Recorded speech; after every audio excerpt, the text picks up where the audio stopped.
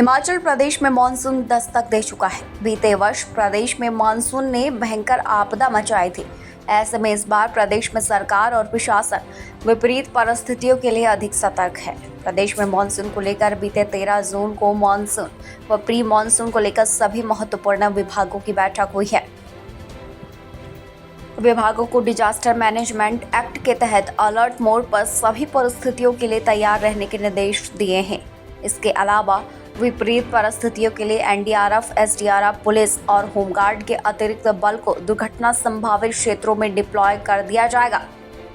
हिमाचल प्रदेश आपदा प्रबंधन प्राधिकरण के मेंबर सेक्रेटरी व अतिरिक्त मुख्य सचिव ओंकार चंद शर्मा बताते हैं कि हिमाचल प्रदेश में मानसून की एंट्री हो चुकी है। प्रदेश में बरसात के कारण किसी भी संभावित नुकसान को लेकर आपदा प्रबंधन की तैयारियां पूरी हैं।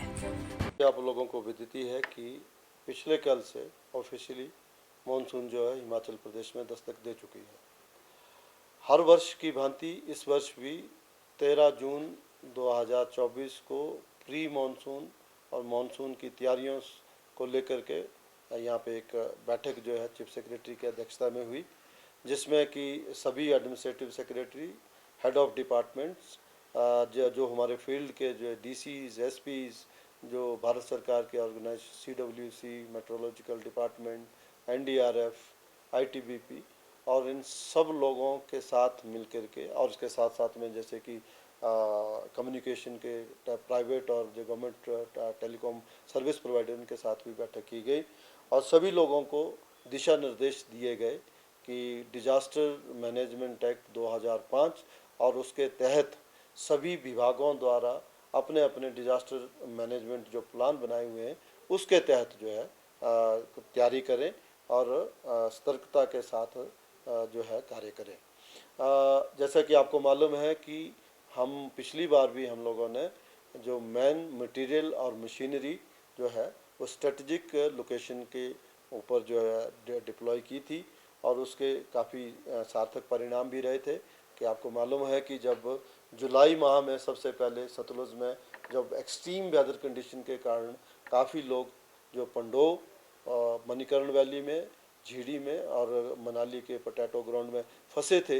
हमारी डिप्लॉयमेंट के कारण उन फंसे हुए सभी व्यक्तियों को हम लोगों ने सकुशल जो है उनको रेस्क्यू किया था। हालांकि बरसात में बहुत जगह डेथ हुई थी, वो that is because of landslide या नाला क्रॉस कर रहे होते हैं या किसी गाड़ी में थे अचानक फ्लड आ गया, उसमें बहुत सारी जानें भी पिछली गई थी।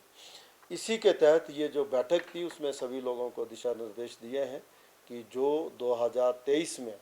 एक्सट्रीम वेदर कंडीशन 3 से 4 बार हुई थी और उसमें प्रदेश को काफ़ी जान माल का नुकसान हुआ था, लगभग 10,000 करोड़ का जो है नुकसान जो था हिमाचल प्रदेश को हुआ था, उससे लेसन लेते हुए कि कहाँ कहाँ पे आपको लगता है कि पास्ट एक्सपीरियंस के तहत प्रीवियसली जो हम डिप्लॉय करते हैं उसके अलावा भी आपको कहाँ कहाँ जो मैन मटेरियल और मशीनरी को डिप्लॉय करना है उसके दिशा निर्देश दिए हैं। तो प्रशासन और जो है सरकार जो है किसी भी स्थिति से निपटने के लिए सक्षम है और तैयार है। हालांकि जो है इस बार भी जो मौसम जो विज्ञान की तरफ से जो भविष्यवाणी की गई है, फोरकास्ट जो की गई है, उसमें कहा गया है कि हिमाचल प्रदेश में सामान्य या सामान्य से थोड़ा नीचा कम जो है मानसून रहने की संभावना है। हाउएवर जो हमारा एक्सपीरियंस है, मानसून ओवरऑल भले ही सामान्य रहे, लेकिन हम लोग जो है जो एक्सट्रीम वेदर कंडीशन होती है, जैसे कि आपने देखा पिछले कल भी जब बारिश हुई तो कुछ गाड़ियाँ जो थे मलियाना के आसपास जो है दब गई और 88 ईयर्स के बाद दिल्ली में जो है अधिक वर्षा हुई, जिसके कारण दिल्ली के अधिकांश जो भाग थे वो जलमग्न हो गए। तो भले ही ओवरऑल मानसून सामान्य रहे, लेकिन इस प्रकार की क्लाइमेट चेंज की वजह से इस किसी भी प्रकार की जो एक्सट्रीम वेदर कंडीशन को रूल आउट नहीं किया जा सकता। तो we have to be prepared for the worst. और आपके माध्यम से मैं जो आने वाले जो हमारे जो पर्यटक हैं और जो हिमाचल के लोग भी हैं उनको जो विशेष तौर पे मैं ये एडवाइस एक विशेष आग्रह करना चाहूँगा कि जब भी ट्रैवल करें तो जो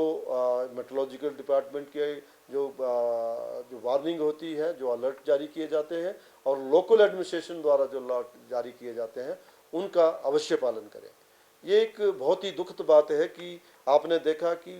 बहुत वर्षों के बाद लू की स्थिति पिछली गर्मियों में बनी थी। 2-3 दिन पहले तक यहाँ पे बहुत गर्मियाँ थी,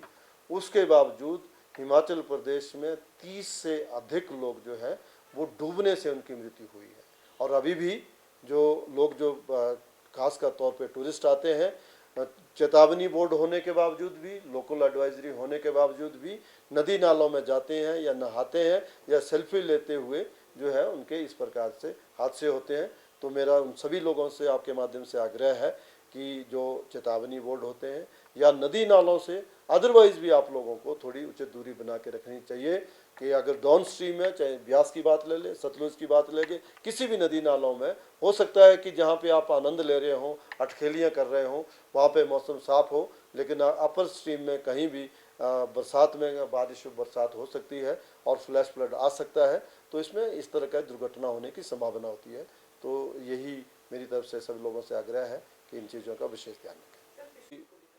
हमेशा ही एडमिनिस्ट्रेशन जो है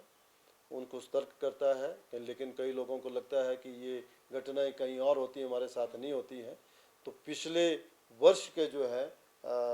जो घाव हैं अभी ताज़ा हैं, तो मुझे लगता है कि समाज में भी एक चेतना का संचार हुआ है और उसको तहत रखते हुए प्रशासन के साथ मिलकर के ऐसे लोगों को